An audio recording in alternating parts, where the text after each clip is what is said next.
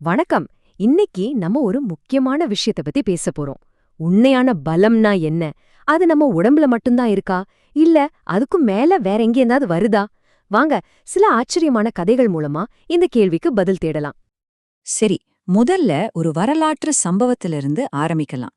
இது கேட்கவே ரொம்ப விசித்திரமா இருக்கும், ஆனா நம்மள ஆழமா யோசிக்க வைக்கும். இது சாதாரண லாஜிக்கெல்லாம் மீறின ஒரு விஷயம்.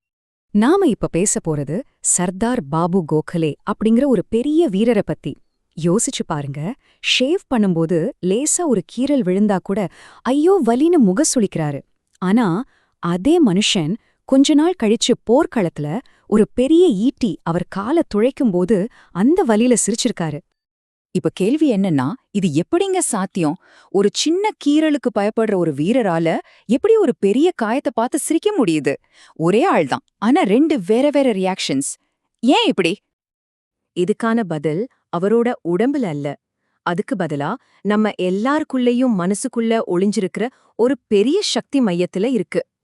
இந்த சக்திக்கு பேருதான் மனோபலம், அதாவது மன வலிமை. இது ஒன்னும் 24 மணி நேரமும் நம்மகிட்ட இருக்கிற ஒரு பவர் கிடையாது. அதுக்கு பதிலா ஒரு குறிப்பிட்ட சூழ்நிலை வரும்போது, ஒரு சரியான நோக்கம் இருக்கும்போது, நமக்கே தெரியாம நமக்குள்ளேந்து பொங்கி வர்ற ஒரு அபாரமான ஆற்றல் இது. அப்போ இதுல இருந்து என்ன தெரியுது? ஒரே ஆள்தான், ஆனா சிச்சுவேஷனை பொறுத்து அவங்களோட மன உறுதி, அதாவது அவங்களோட தைரியம் மலைக்கும் மடுவுக்குமான வித்தியாசத்தோட வெளிப்படும். சரி, இந்த மனோபலம்ங்கிற விஷயம் வெறும் கதையா மட்டும் இல்ல. நிஜ வாழ்க்கையில இது எப்படி வேலை செஞ்சிருக்குன்னு சில நம்ப முடியாத உதாரணங்களோட இப்ப நம்ம பார்க்கலாம் வாங்க. முதல்ல சே குவேரா, புரட்சிகர வரலாறுல ரொம்ப முக்கியமான ஒரு நபர். அவருக்கு பயங்கரமான ஆஸ்துமா பிரச்சனை இருந்துச்சு. மூச்சு விடவே ரொம்ப கஷ்டப்படுவாரு. ஆனா அவரோட மனசுல இருந்த உறுதி ஒரு மலை மாதிரி இருந்துச்சு. ஆமா, உடம்பு பலவீனமா தான் இருந்துச்சு.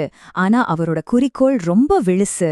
அந்த ஒரு நோக்கம்தான் உடம்பால முடியாத ஒரு கடினமான போராட்டத்தை முன்னாடி நின்னு வழிநடத்துற சக்திய கொடுத்துச்சு.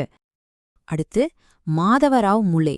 இந்தியால எமர்ஜென்சி இருந்த அந்த சர்வாதிகார காலகட்டத்துல இவரோட உடல்நிலை ரொம்ப ரொம்ப மோசமா இருந்துச்சு.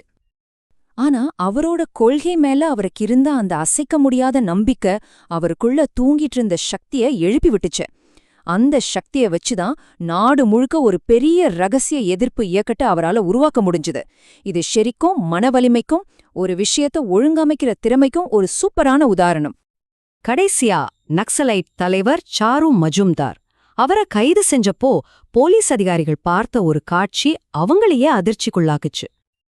என்னன்னா, அவர்கிட்ட துப்பாக்கியோ வெடிகுண்டோ எதுவுமே இல்ல. இருந்தது ஒரே ஒரு ஆக்சிஜன் சிலிண்டர் மட்டும்தான்.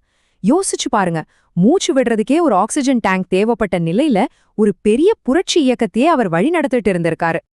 சரி, இந்த மாதிரி பெரிய சக்தியெல்லாம் இந்த மாதிரி வரலாற்று தலைவர்களுக்கு மட்டும்தான் வருமா அப்படின்னு கேட்டா இல்லவே இல்ல. நம்ம எல்லாருக்குள்ளயும் இந்த சக்தி இருக்கு. அது வெளிப்படுறதுக்கு சரியான ஒரு தூண்டுதல் தேவை, அவ்வளோதான். இப்ப ஒரு இளம் தாயோட கதைய பார்க்கலாம். அவங்க எப்படின்னா, சாதாரணமா கிச்சன்ல ஸ்டவ் பத்த வைக்கும்போது வர சின்ன நெருப்ப பார்த்தா கூட பயப்படுவாங்க. ஆனா ஒரு நாள் யாரும் எதிர்பார்க்காத ஒரு விஷயம் நடக்குது. அவங்க வீடு தீப்பிடிச்சு எரிய ஆரம்பிக்குது. அப்போ அவங்க செஞ்ச ஒரு காரியம் எல்லாரையும் ஆச்சரியப்பட வச்சுது. அவங்க குழந்தை உள்ள மாட்டிக்குதுன்னு தெரிஞ்சதும் ஒரு நிமிஷம் கூட யோசிக்காம அந்த தீக்குள்ள ஓடுறாங்க.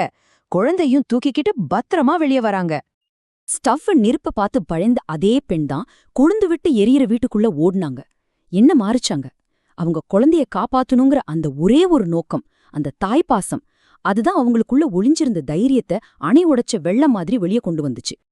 அப்போ இந்த சக்தி வாய்ந்த கதைகள்ல இருந்து நாம என்ன கத்துக்கலாம்? நம்ம திரும்பவும் அதே மனோபலங்கிற விஷயத்துக்கு தான் வரோம். இது வெறும் உடம்புல இருக்கிற பலன் கிடையாது. இது ஒரு சூழ்நிலையில ஒரு நோக்கத்துக்காக வர்ற சக்தி.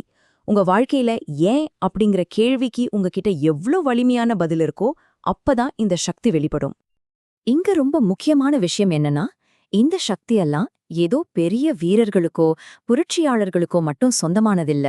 அது நம்ம எல்லாருக்குள்ளேயும் தூங்கிட்டு இருக்கு, நமக்காக காத்துட்டு இருக்கு. அப்போ கடைசியா உங்களுக்கான ஒரு கேள்வி. உங்க வாழ்க்கையில உங்களுக்குள்ள இருக்கிற அந்த மறைக்கப்பட்ட சக்திய தட்டி எழுப்பக்கூடிய அந்த ஒரு நோக்கம், அந்த ஒரு ஏன், எது? கொஞ்சம் யோசிச்சு பாருங்க.